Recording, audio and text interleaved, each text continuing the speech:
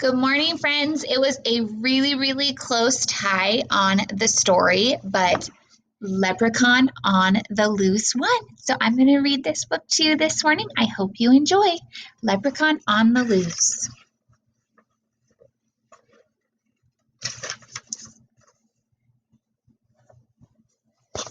Let's see if you can see that. Okay. A leprechaun was loose in the classroom, and Sydney was the only one who knew it. Sydney saw teeny tiny green footprints on the floor. He followed them to the table where Mrs. Yoder had cupcakes for the St. Patrick's Day party. Sydney peeked inside in the box. All the green icing had been licked off the cupcakes. Wow, he does not look pleased. Sydney set out to find that leprechaun. It was plain bad luck when he stepped on his own shoelace. Oof, whoosh, splat! Sydney fell right on the table. Sydney ruined our party snack, Della Puddington told everyone when Mrs. Yoder threw away the squished box. I didn't do it, Sydney said. It was the leprechaun. An itty-bitty hee-hee-hee came from behind the fish tank, but Sydney was the only one who heard it. Uh-oh. During reading time, Sydney noticed something was wrong with the fish. He sneaked to the back of the room and looked into the tank. The leprechaun was swimming the backstroke, and the fish definitely were not happy. Do you see him in the fish tank?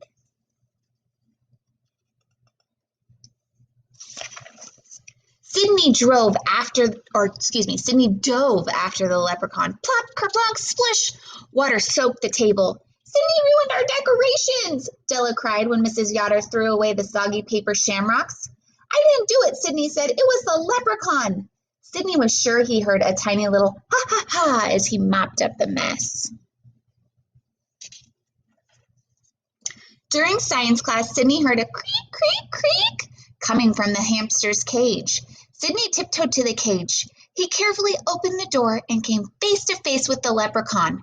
While Sydney and the leprechaun stared at each other, the hamster ran out of the open door and across the table. Sydney dived after the hamster. Boom, bam, crash! Sydney fell against the table. Juice went everywhere, just as the hamster scurried out of sight. Our juice is gone, Della said with a sniffle. So are the decorations and all our cupcakes. Sydney ruined our St. Patrick's Day party. Sydney was sure he heard a faint tee-hee-hee from behind the stack of reading books. Nobody believed that Sydney didn't do it. There was only one thing for him to do. He had to catch that leprechaun. At recess, Sydney sneaked past his teacher and ran to the art corner. Everything he needed was there. Sydney pounded, snapped, and glued. Perfect, he said when he finished his leprechaun trap. Then he hurried into the lunchroom and looked through the lunch trays until he found a stinky tidbit of corned beef. Oh, he does not look like he likes that. Sydney carefully reached into his leprechaun trap with the bait. Just then his foot knocked into the back of the trap. Swish, clang, zing! Sydney was caught inside. He heard the tiny tippity-tap of itty-bitty boots. I do believe I've caught the boy that I have, said the leprechaun with a grin. Let me out, Sydney begged. The tiny man scratched under his tall green hat. Now why should I be wanting to do such a thing as that? Look, the leprechaun caught him. Sydney thought fast. Come closer and I'll tell you a secret. Secret? I love secrets, said the leprechaun as he inched forward. That's when Sydney made his move.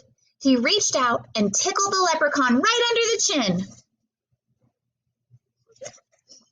Ha ha ha, hee hee hee, ho ho ho.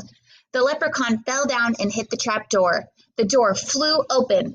Sydney rolled out, pushed the leprechaun inside. Swish, clang, zing! I've got you, Sydney yelled. Now I can prove that you ruined the party, not me. Party? Said the little man. I'll make you a deal. Let me go and I'll save the party. Then I'll be gone and you'll never see me again. How can a leprechaun save our party? Sydney asked. With me treasure, of course. Should he keep the leprechaun and prove he didn't ruin everything? Sydney wondered. Or should he let the leprechaun go home and save the party for all his friends?